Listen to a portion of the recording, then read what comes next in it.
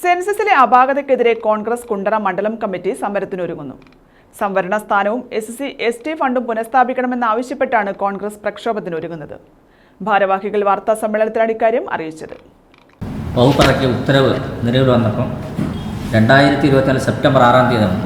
അപ്പോൾ അത് പേരയം പഞ്ചായത്ത് ഈ ഉത്തരവ് വന്നപ്പം തന്നെ അവർ ഹൈക്കോടതിയിൽ കേസിന് പോയപ്പം കുണ്ടറ പഞ്ചായത്ത് കേസിന് പോകാത്ത ഒരു നിലപാട് വന്നപ്പം UDFൻ്റെ മെമ്പർമാർ ശക്തമായ ഇടപെടലുകൊണ്ടാണ് അവർ പഞ്ചായത്ത് കമ്മിറ്റി തീരുമാനമെടുത്തെങ്കിൽ പോയിട്ടില്ല. അപ്പോൾ ഞാൻ ഇതുമായി ബന്ധപ്പെട്ടുകൊണ്ട് ഞാൻ മുഖ്യമന്ത്രിക്ക് പരാതി കൊടുത്തു. മുഖ്യമന്ത്രിക്ക് കൊടുത്ത പരാതി 19/10/2024 മുഖ്യമന്ത്രിക്ക് കൊടുത്തു. പിന്നെ ബഹുമാനപ്പെട്ട തദ്ദേശ സ്വയംഭരണ മന്ത്രിക്ക് കൊടുത്തു. റവന്യൂ വകുപ്പ് മന്ത്രി, പട്ടികജാതി പട്ടികവർഗ പിന്നോക്ക ക്ഷേമ വകുപ്പ് മന്ത്രി, ധനകാര്യ വകുപ്പ് മന്ത്രി, പ്രതിപക്ഷ നേതാവ് കൊല്ലം MP NK Premachandran, Kundara MLA PC Vishnunath, അതുപോലെ ആസൂത്രണ സമിതി vice chairman, additional chief secretary പട്ടികജാതി വികസന വകുപ്പ്, അഡീഷണൽ ചീഫ് സെക്രട്ടറി തദ്ദേശ സ്വയംഭരണ വകുപ്പ്. കുണ്ടറ പഞ്ചായത്തിൽ നഷ്ടപ്പെട്ട സംവരണ സ്ഥാനവും SC/ST ഫണ്ടും പുനഃസ്ഥാപിക്കണമെന്നാവശ്യപ്പെട്ടാണ് കോൺഗ്രസ് കുണ്ടറ മണ്ഡലം കമ്മിറ്റി സമരത്തിനൊരുങ്ങുന്നത്. 2011 സെൻസസിൽ പട്ടികജാതി പട്ടികവർഗ കുടുംബങ്ങളുടെ ജനസംഖ്യ സമീപ പഞ്ചായത്തായ പേരയം പഞ്ചായത്തിലേക്ക് മാറ്റി രേഖപ്പെടുത്തിയതിനെ തുടർന്ന് കുണ്ടറ പഞ്ചായത്തിന്റെ സംവരണ സ്ഥാനവും ഉപപദ്ധതി ഫണ്ടും നഷ്ടപ്പെട്ടു. അത് ഈ പിന്നോക്ക വിഭാഗങ്ങളെ യഥാർത്ഥത്തിൽ അവർക്ക് അവസരങ്ങൾ ഉണ്ടാക്കുക, അധികാരത്തിൽ അവർക്ക് അവസരങ്ങൾ ഉണ്ടാക്കുക എന്നുള്ള ലക്ഷ്യത്തോടു കൂടി നിയമനിർമ്മാണം ഉണ്ടാക്കിയതാണ്. ഇവിടെ ഉണ്ടായ വീഴ്ച എന്ന് പറയുന്നത് മണ്ഡൽ പ്രസിഡന്റ് സൂചിപ്പിച്ചതുപോലെ 2011 ഉണ്ടായ സെൻസസ് അന്ന് യഥാർത്ഥത്തിൽ പഞ്ചായത്തിൽ ബന്ധമുണ്ടോ ഇല്ലയോ എന്നുള്ളതിനപ്പുറത്തേക്ക് അന്നിവിടെ ഭരിക്കുന്നത് LDFന്റെ പഞ്ചായത്ത് പ്രസിഡന്റാണ്. ആ സെൻസസ് കുണ്ടറ പഞ്ചായത്തും പേരയം പഞ്ചായത്തും മുളവന വില്ലേജിന്റെ അതിർത്തിയിലായിരുന്നു അന്ന്. സെൻസസ് എടുത്തിട്ട് ടാബുലേറ്റ് ചെയ്തപ്പോൾ പേരയത്തിൻ്റെ പോപ്പുലേഷൻ കുണ്ടറയ്ക്ക്, കുണ്ടറയുടെ പോപ്പുലേഷനും അങ്ങോട്ട് മാറി.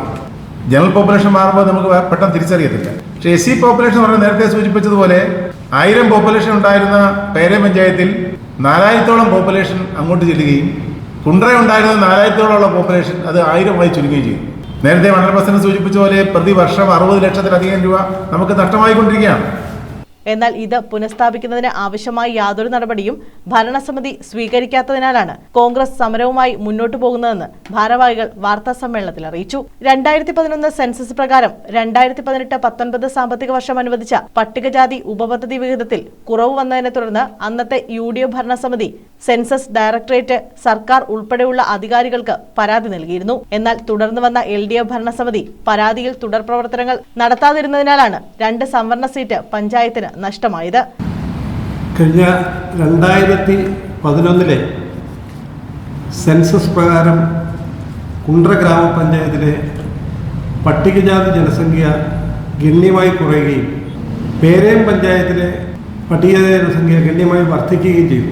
കുണ്ടറ ഗ്രാമപഞ്ചായത്തിലെ ജനസംഖ്യ ക്രമാതീതമെന്ന് പറഞ്ഞാൽ 3711 അംഗങ്ങളുണ്ടായിരുന്നത് സെൻസസ് ഡേറ്റ പേരയത്തെയും കുണ്ടറയും പരസ്പരം മാറിപ്പോയതിൻ്റെ പേരിൽ 1110 കുണ്ടറ കുറഞ്ഞു. 3741 പേരയം പഞ്ചായത്തിലെ പട്ടികജാതി ജനസംഖ്യ വർദ്ധിച്ചു.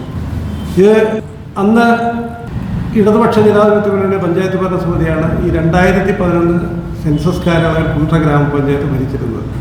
2015 ശ്രീ K. ബാബുരാജിൻ്റെ നേതൃത്വത്തിലുള്ള ഭരണസമിതി അധികാരത്തിൽ വരികയും 2018-19 കുണ്ടറ ഗ്രാമപഞ്ചായത്തിലേക്കുള്ള ഉപപദ്ധതി വിഹിതം 86 ലക്ഷം രൂപ എന്നത് 25 ലക്ഷം രൂപയായി കുറയുകയും ഇത് ശ്രദ്ധയിൽപ്പെട്ട ഉടനെ തന്നെ 15/3/2018 ശ്രീ K. ബാബുരാജിൻ്റെ നേതൃത്വത്തിലുള്ള ഭരണസമിതി, അന്നത്തെ UDF ഭരണസമിതി തീരുമാനമെടുത്ത് സെൻസസ് ഡയറക്ടറേറ്റിൽ പരാതി സമർപ്പിക്കുകയുണ്ടായി.